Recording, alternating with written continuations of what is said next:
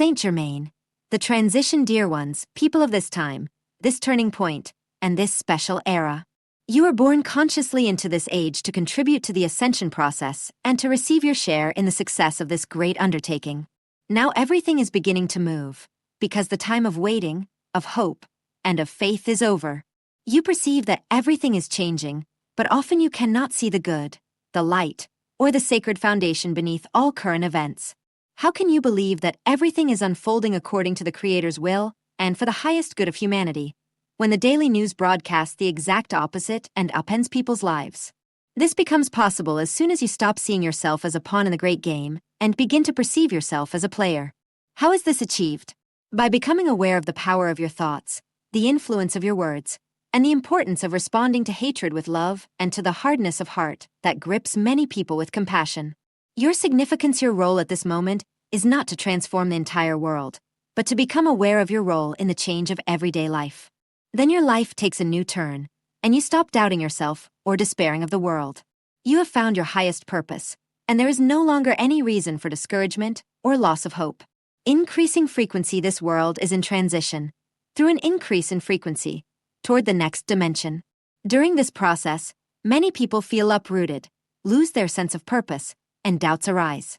The old is lost, and the new has yet to be born. So now what? Now there is one thing to understand, and I invite you to keep it always in mind. The transition phase is followed by your arrival on a healed earth. People, animals, and all living creatures healed. Whenever doubt assails you, remind yourself, your ascension is certain, for it is subject to divine cycles and cannot be stopped by human or non-human will. This time presents you with the challenge of finding your own way, so that you may set a good example. My task today, as guardian of the violet flame of transformation, is to serve all people who turn to me with my ray of light, until they can see themselves in the true divine light, and not merely in the twilight of this age. Place of desire, what must happen now will happen. Outwardly, the situation remains turbulent, but you yourself can be a place of peace and become a place of desire, the place where those seeking comfort in these times find trust, goodness, and mercy. What you need now is the divine light that heals you and the love of God that guides you safely past the rocks of this time. This is given to you so that you may master the transition into the light and attain fullness. Know this. What is happening within you today is a process of awakening to consciousness of unlimited proportions. You are beginning to understand who you truly are. I will remain at your side with my light until we meet beyond the horizon. This is the hallmark of the transition period. Everything happens for the good of all, and humanity is guided safely through this time. For the heavens know their own. Forever.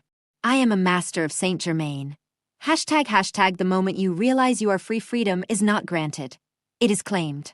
Discover the liberating moment when you stop living for others' expectations and begin choosing a life that truly feels like your own. There comes a moment in life, sometimes after years of struggle, illness, disappointment, or loss, when something inside you finally awakens. Not with fireworks, not with fanfare, but with a quiet and undeniable clarity. I don't have to live like this anymore. For some people, that moment comes early. For others, it takes decades. For me, it began around age 35, though it took years before I understood what was happening. I'd spent most of my life believing I was obligated to live according to everyone else's expectations. I moved through the world as if I belonged to it, rather than being a part of it. I lived by rules I had never agreed to, and carried burdens no one had asked me to bear. I thought being a good person meant saying yes, being present, and sacrificing myself until I had nothing left to give. But there's a freedom that comes when you finally grasp this truth. You are not obligated to do anything you do not wish to do. That sentence might seem simple, almost too simple, but it is one of the most liberating realizations a human being can have. Most of us are raised to believe that life is a series of obligations, that we must, we should, we are required to do things. We inherit these mental patterns from family, society, culture, religion, school, or tradition, and without even realizing it, we begin to live as if choice were a luxury rather than a birthright. Making a different choice. The problem with living a life of obligation is that it slowly erodes the soul. You begin to feel that your existence is being extracted from outside rather than born from within. You lose your spark, your joy, your connection to your true essence. You become, in a sense, a slave to expectations. My life changed when I finally rejected that script. After facing an illness that nearly took my life, After watching my dreams shatter, after suffering losses that broke my heart, I understood something sacred. Freedom is not granted. It is claimed. No matter what pain life has dealt you, no matter who's hurt you, no matter what mistakes you've made or what storms you've weathered, in the moment you decide no more, your life changes. Not gradually, but suddenly. You don't need permission. You don't need a detailed plan. You don't need anyone to agree with you. You need only one thing: a decision. It ends with me. I will not live like this anymore. I choose something different. There is a myth that change requires struggle, force, or suffering. But the most profound transformations often begin with a whisper, a quiet inner knowing that the life you've lived so far is too small for the person you are becoming. The moment you listen to this knowing, life begins to reorganize itself around your choice. Being a lighthouse or a lifeboat, a lighthouse does not chase the ships it seeks to save. It does not dive into the sea to rescue them. It simply stands still and shines, so that those who are ready to find their way home can see its light. For much of my life, I was not the lighthouse. I was the lifeboat, rowing against storms, trying to pull everyone else out of their darkness, even as I was drowning in my own. I believed that love meant self-sacrifice, that strength meant endurance, and that worth was proven through suffering. But a lighthouse that crumbles cannot guide anyone. The greatest gift you can offer the world is not your exhaustion. It is your wholeness. It is your clarity. It is your peace. Being a light for others does not mean abandoning yourself. It means fueling your own flame so brightly that it inspires others to light theirs. Freedom can mean upheaval. Sometimes freedom requires leaving. I left my husband when my children were still very young. It was not an impulsive decision, nor a romantic one. It was a considered choice, made in the awareness that staying in a relationship that could no longer grow would fuel a vicious cycle of emotional damage and dysfunction, silently destroying my life. I didn't leave to escape responsibility. I left because staying would have prevented me from becoming the parent my children needed and deserved. Freedom, in moments like this, is not about comfort. It means choosing long-term life over short-term stability. It means recognizing when loyalty to a structure becomes disloyalty to life itself. But freedom doesn't always point away. Sometimes it draws you closer. Freedom is not irresponsibility. Around the same period of my life, I made a very different decision regarding my mother. I faced the choice between placing her in a nursing home or an elderly care facility. I asked myself a simple question, guided by the principle I try to follow in life. What would I want if the roles were reversed? I would not want to be sent to live among strangers while my health was still good. I would want to stay with my family as long as possible. I would want to be known, not managed. I would want to watch my grandchildren grow. So we chose another path together. We created a home attached to mine, where she remains independent, supported, and part of our daily life. I am in relationship with her every day. I tend to her needs daily. Not because I feel trapped by obligation, but because I believe in the golden rule and choose to live it. This is what freedom looks like in real life. It is not the absence of responsibility. It is the ability to consciously choose your responsibilities. Some obligations must be renegotiated. Some relationships must be ended. And others must be carried forward with intention, presence, and love. Freedom is not about doing whatever you want. It is about choosing the life you are willing to stand behind, and then living it without regret. Don't leave your day job just yet if your work deeply dissatisfies you. Freedom means using your free time to quietly build something for the future. It means learning, experimenting, starting a side business, or embarking on a new path, all while remaining responsible for your family's livelihood. You can't take a leap without a landing point. You have to build one. Only when the new foundations can bear the weight do you step away from the old ones. Freedom still requires planning, patience, and the willingness to endure an uncomfortable transition. The decision to choose freedom when you truly understand that you are free to choose your life. Something shifts. You stop acting out of guilt, fear, and duty. You begin making decisions based on truth, harmony, and peace. You help others with your surplus energy, not with the energy that drains you. You show love without betraying yourself. You learn the difference between compassion and self-erasure. And here's the remarkable part. When you choose yourself, not out of selfishness, but out of self-respect, the people meant for you will grow alongside you. Those who loved only the version of you that served their needs may fall away, and that can hurt. But it is a sacred rite of purification. It is life making room for those who can meet you at the level of your soul, not at the level of your sacrifice. Freedom doesn't mean stopping caring about others. It means stopping abandoning yourself to care for others. True service flows from fullness, not depletion. You cannot give to others what you have not first filled in yourself. So, if no one has told you yet, let me be the one. You are allowed to start over. You have the right to outgrow the life you've built. You have the right to say no. You are allowed to rest. You have the right to choose a life that feels like your own. You don't have to justify your peace. You don't have to explain your boundaries. No is a complete sentence. The moment you realize you are free is the moment your life truly begins. Not the life you were given, not the one expected of you, but the one you have chosen with open eyes and a pure heart. Be like a lighthouse. Shine. Those who are ready will find you. ## Mother Mary. Using humility and unity to overcome separation. Rob *. So this is the continuation of the series where we examine the pairings of the keys of infinity. This one is about humility and unity to overcome any sense of separation. I know it seems obvious, but I believe it must be the Virgin Mary. So, Mary, do you have anything to share today regarding the keys of infinity? Mother Mary * greetings to all. Yes, I am your mother, Mary, come to speak with you primarily about unity. If I were to point to one concept that would have the greatest impact on humanity's ability to make the transition to the next level, it would be to accept the idea, the reality of unity consciousness, that we are all one. Yes, it seems that way in today's life, but it is true that in reality it is the hallmark of almost all of human history, certainly over the last 2,000 years. The feeling of separation is a false belief, whereby people, a group, feel they are somehow different from another, separate from it. And this, of course, gives rise to countless expressions of negativity. It seems there are no consequences if someone is different from you, separate from you, unlike you, so it's permissible to harbor feelings that are anything but positive. You treat them as different, but the reality is that no such thing exists. It cannot exist.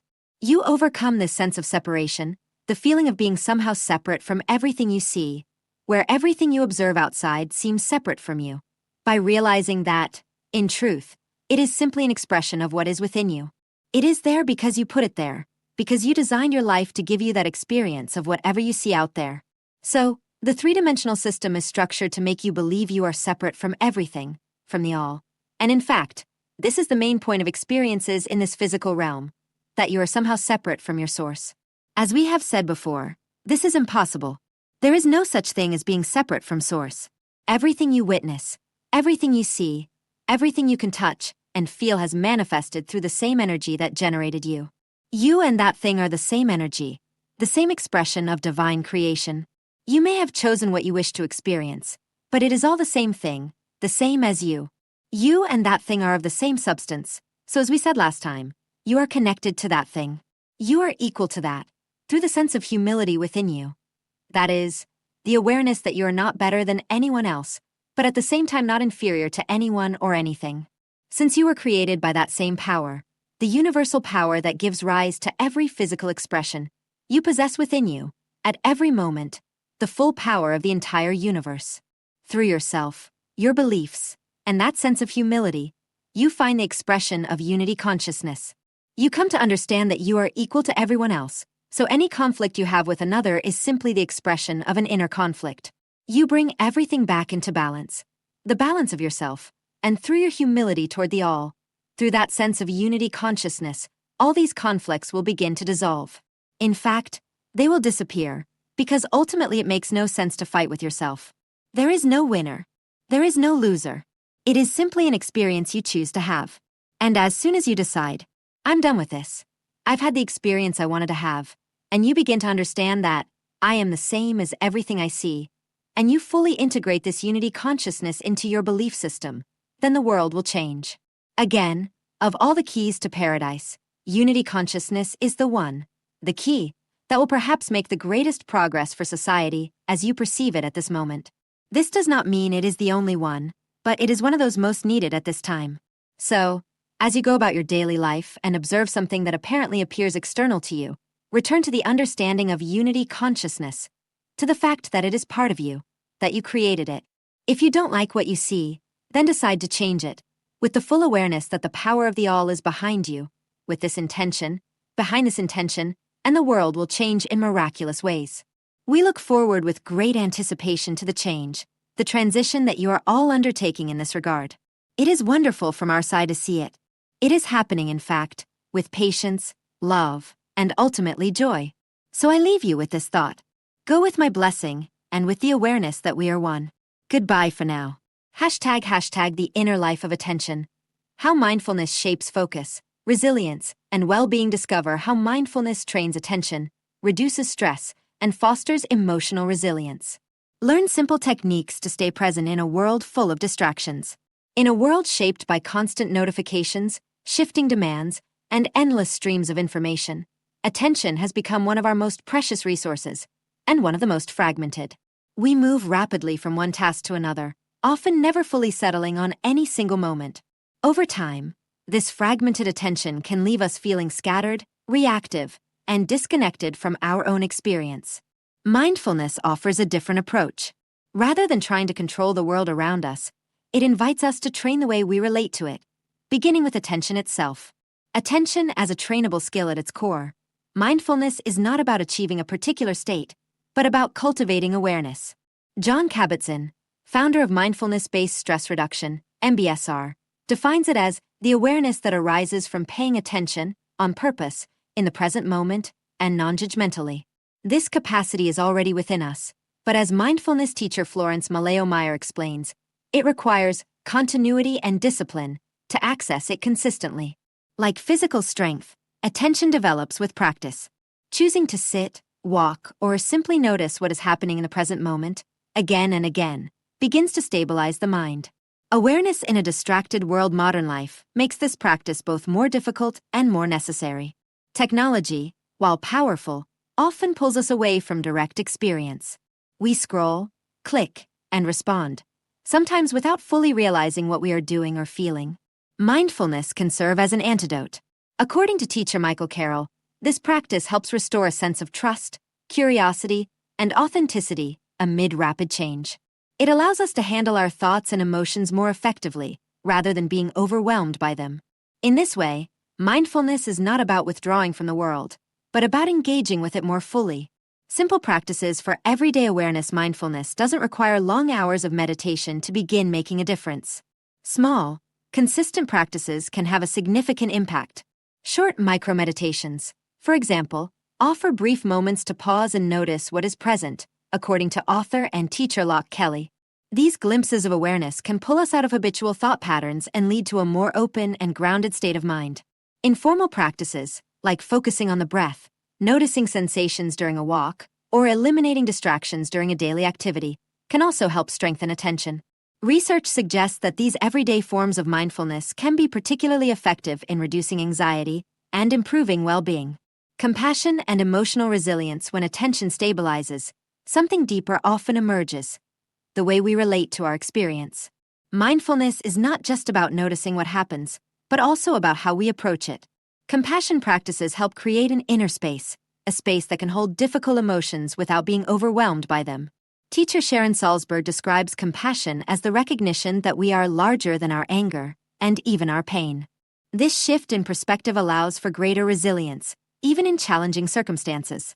Similarly, Tara Brach emphasizes the role of self-compassion in helping us stay present with discomfort, rather than turning away from it. By meeting our experience with care, we develop a more stable and inclusive awareness. The long-term perspective of practice ***. While mindfulness can offer immediate benefits, its deepest impact unfolds over time. Research shows that regular practice is associated with reduced stress, improved concentration, and better emotional regulation. But beyond these outcomes, mindfulness is a way of living. It invites us to return, moment by moment, to what is actually present. A breath, a sensation, a thought arising and passing away. These small moments of attention accumulate. They shape how we respond to uncertainty, how we relate to others, and how we experience our own lives. Ultimately, mindfulness is not about perfect focus or constant calm.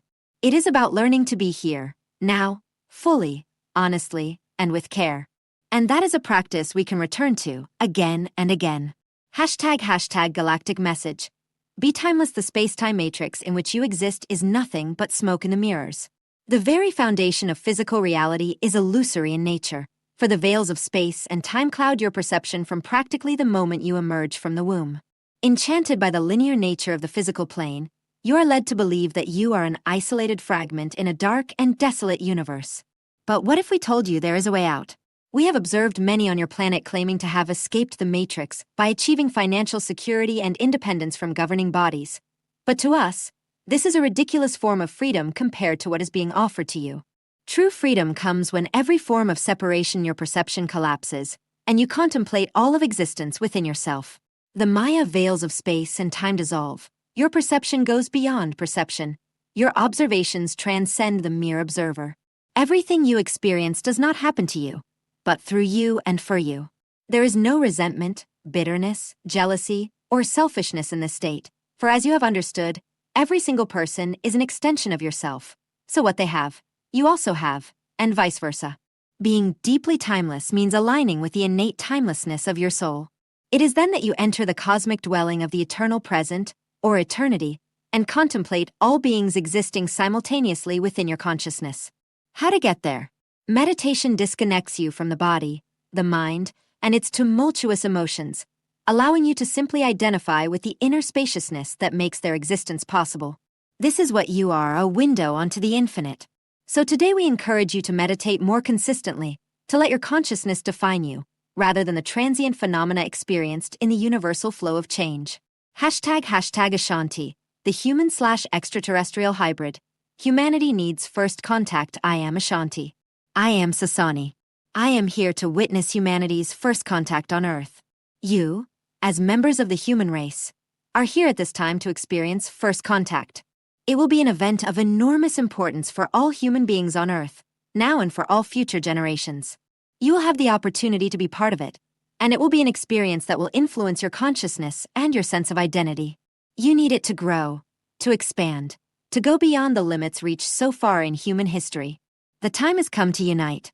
The time has come to see this experience as an opportunity for all human beings, regardless of race, religion, gender, age, or sexual orientation.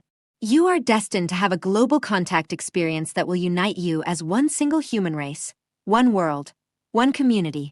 You will speak of your first contact with people with whom you previously had nothing in common and nothing to say. This makes the experience unifying and helps break down barriers. By breaking down barriers between humans and extraterrestrials, you also break down the barriers you have artificially built between yourselves and your fellow beings. It is time to set aside differences. It is time to benefit from what we all have to share. We are here to help all humans, animals, plants, aquatic beings, and Mother Earth herself. We will not take sides. We consider everyone equal and honor every form of life. You will have to decide, individually and collectively, whether to adopt a perspective that benefits all. These are just some of the gifts of first contact. There will be many, many, many more. I am Ashanti. I am Sasani. This is goodbye for now until soon.